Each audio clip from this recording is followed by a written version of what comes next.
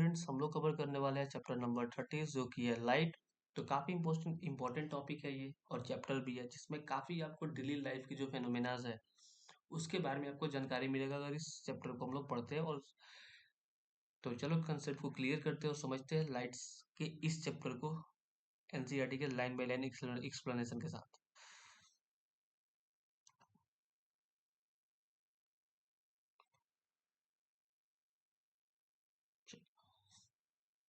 सबसे पहले यहाँ पे बात करें तो बताया गया है कि जो world is largely known as the sense.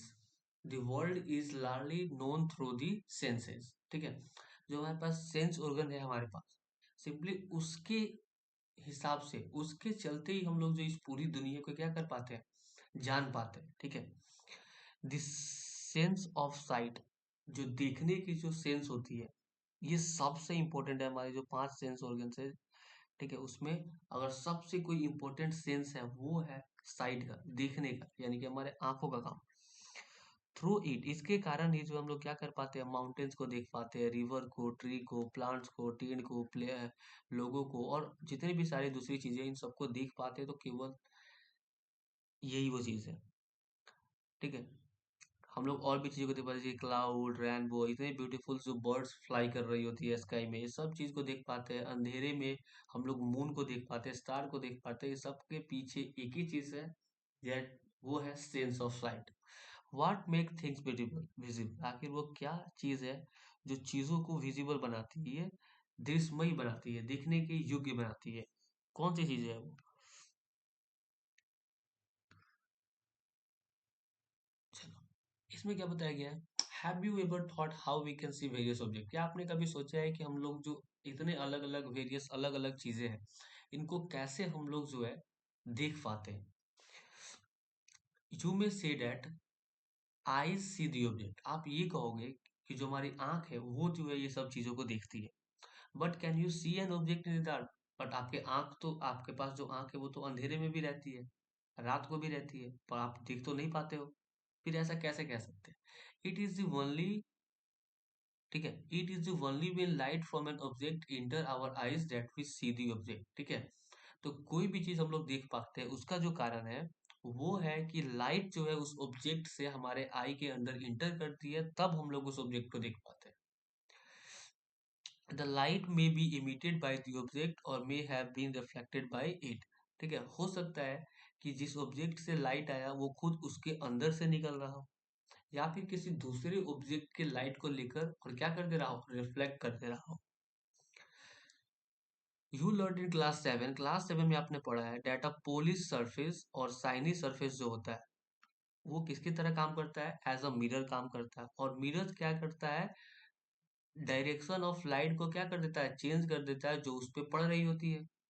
Can you tell in which direction the light fall on the surface will be reflected, क्या आप ये बता सकते हो कि कि लाइट की डायरेक्शन क्या होगी जो किसी सरफेस पे पड़ेगी और वो रिफ्लेक्ट हो जाएगी, तो उन दोनों का डायरेक्शन क्या हो? इसके बारे में क्या आप बता सकते हो? तो इसके बारे में जरूर हम लोग बता सकते हैं। कैसे बता सकते हैं?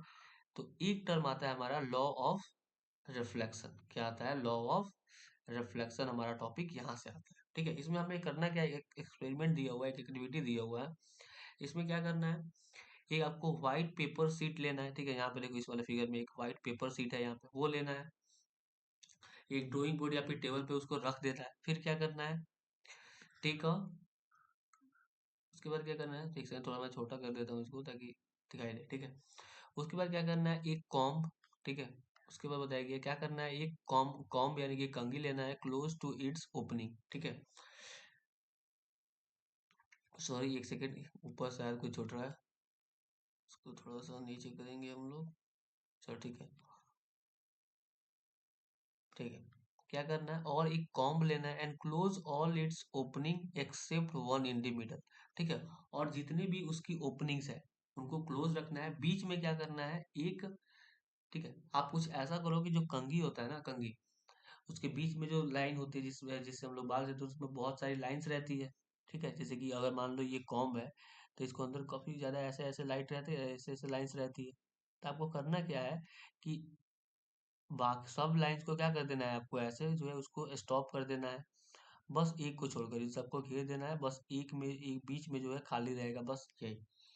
और उसके बाद क्या करना है, बस एक बीच में जो है खाली छोड़ देना है कर्व के अंदर में।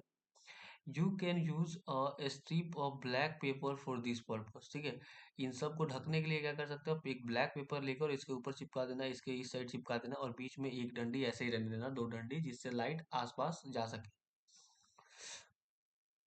Hold the comb perpendicular to the sheet, sheet के परपेंडिकुलर ऐसे खड़ा करके जो है आपको रख लेना है, जैसे इस शीशा को खड़ा करके रखा गया वैसे कॉम्ब को भी खड़ा करके रख देना है।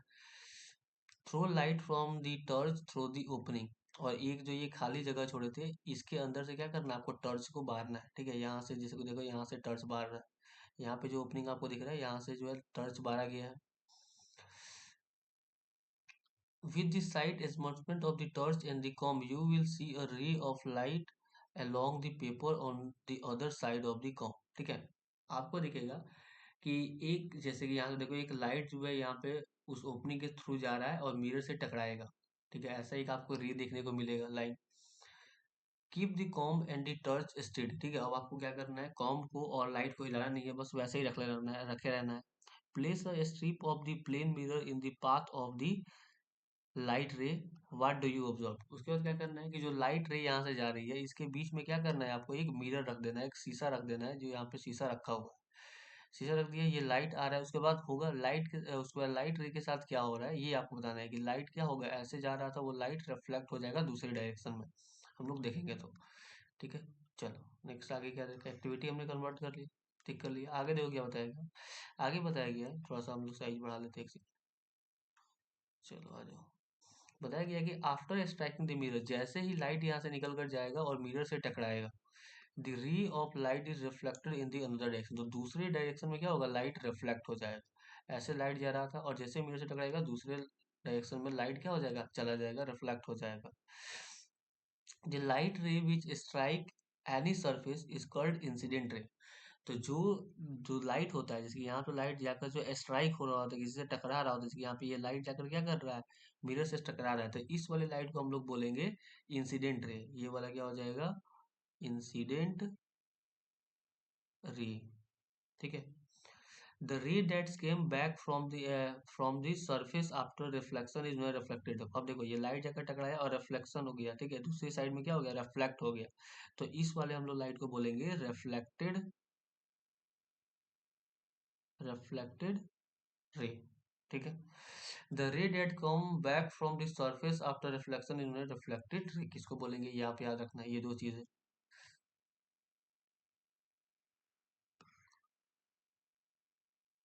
देखो नेक्स्ट में क्या दे रखा है, नेक्स्ट में बताया गया है कि draw a line showing the position of a plane mirror, ठीक है। एक क्या करना है, एक आपको ड्रॉ करना है लाइंस, जो आपको क्या बताएगा, position of the plane mirror का पोजीशन बताएगा, ठीक है। देखो लो यहाँ पे हमने क्या कर लिया है, यहाँ पे एक लाइन ड्रॉ कर लिया है, और ये हमने लाइंस बना ली, जिससे पता चल रहा है कि ये क्या है, ये प्लेन मिरर है, ठीक है। द इंसिडेंट रे and the reflected ray on the paper with the help of your friend, और अपने दोस्त के साथ मिलकर क्या करना है, एक इंसिडेंट रे बना लेना है और एक रिफ्लेक्टेड रे बना लेना है। Remove the mirror and the comb, और उसके बाद क्या करना है, मिरर को और कॉम्ब को क्या करना है, हटा लेना है। Draw a line making an angle of 90 degree, ठीक है। Draw to the line representing the mirror at the point where the incident ray strike, this is known as the normal, ठीक है।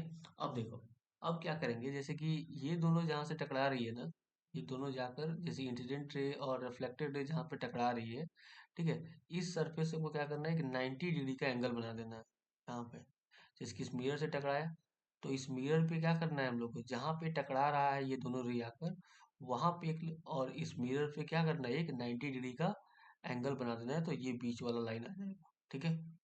और इसको हम लोग क्या बोलेंगे, नॉर्मल बोलेंगे, ठीक है। फिगर देख सकते हो क्या बोला गया है कि जैसे कि ये एक मिरर हो गया, ठीक है, ये इंसिडेंट रे होगा, ये रिफ्लेक्टेड रे होगा।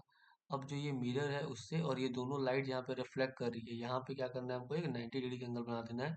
तो अब ये जो बीच से 90 डिग्री का एंगल वाला जो लाइन बनेगा ये क्या होगा, नॉर्मल होगा नॉर्मल बोलेंगे इसको। चलो आगे देखते हैं, आगे बताया गया है देखो, अब मैं बना, देखो यहाँ पे फिगर दिया ही हुआ है, नीचे बनाने की जरूरत नहीं पड़ेगी। चलो देखो, तो बना लिया। यहाँ पे देखो, ये हमारा मिरर हो गया, ये वाला क्या हो गया, मिरर। ये हो गया हमारा इंसिडेंट रे, ये इंसिडेंट रे जो मिरर से जाकर टकरा रहा है। और आफ्टर रिफ्लेक्शन ये वाला रे हो गया रिफ्लेक्टेड रे। और बीच में हमने बनाया था ये है नॉर्मल। ठीक है, तो अब देखो एंगल ऑफ इंसिडेंस क्या होता है। तो जो एंगल बन नॉर्मल और इंसिडेंट रे के बीच में जो एंगल बनता है, यानी कि ये वाला एंगल, इसको हम लोग बोलते हैं एंगल ऑफ इंसिडेंस। और एंगल ऑफ रिफ्लेक्शन क्या होता है, जो रिफ्लेक्टेड रे और नॉर्मल के बीच में एंगल बन रहा होता है, यानी कि ये वाला एंगल क्या होगा, एंगल ऑफ रिफ्लेक्शन। ठीक है, बात याद रखना। और एक चीज हम लोग यहाँ से हमें याद रखना है कि जो एंगल ऑफ इंसिडेंस होता है वो इक्वल होता है एंगल ऑफ रिफ्लेक्शन के। ठीक है, अगर इंसिडेंट रे 30 डिग्री का होगा तो रिफ्लेक्टेड रे भी कितना हो जाएगा, 30 डिग्री। तो जितना इंसिडेंट रे वो उतना ही क्या होगा, रिफ्लेक्टेड रे, दोनों इक्वल होते हैं। ये बात हमें याद रखनी है हमेशा के लिए। ठीक है, तो यहाँ पे एक एक्टिविटी आपको दिया हुआ था जिसमें क्या बोला गया था, बोला गया कि क्या करना है आपको, अलग अलग जो है इंसिडेंट रे और रिफ्लेक्टेड रे लेकर जो है आपको फिगर ड्रॉ करके देखना है। जैसे कि क्या करना है, आपको लेना है और इंसिडेंट रे आपको 30 डिग्री ले लेना है और देखना है कि रिफ्लेक्टेड रे कितना हो रहा है। एक बार क्या करना है, आपको इंसिडेंट रे 40 डिग्री ले लेना है और देखना है कि रिफ्लेक्टेड रे कितना हो रहा है। तो आपको ये पता चलेगा यहाँ से कि जो इंसिडेंट रे है और रिफ्लेक्टेड रे है, ठीक है, वो दोनों हमेशा क्या आएगी, सेम आएगी, क्योंकि हमने बताया कि एंगल ऑफ इंसिडेंट और एंगल ऑफ रिफ्लेक्शन क्या होता है, सेम होता है। ठीक है, तो वही बात यहाँ पे लिखी गई है कि angle of incidence is always equal to the angle of reflection. This is one of the law of reflection. ये क्या है, एक लॉ ऑफ रिफ्लेक्शन है। ठीक है, तो लॉ ऑफ रिफ्लेक्शन हम लोग पढ़ रहे थे, उसमें का एक लॉ क्या है कि angle of incident is equal to angle of reflection. दूसरा है कि जो इंसिडेंट रे होता है और जो रिफ्लेक्टेड रे होता है और जो नॉर्मल होता है, ये सब एक ही प्लेन में होते हैं। ये है हमारा दूसरा लॉ।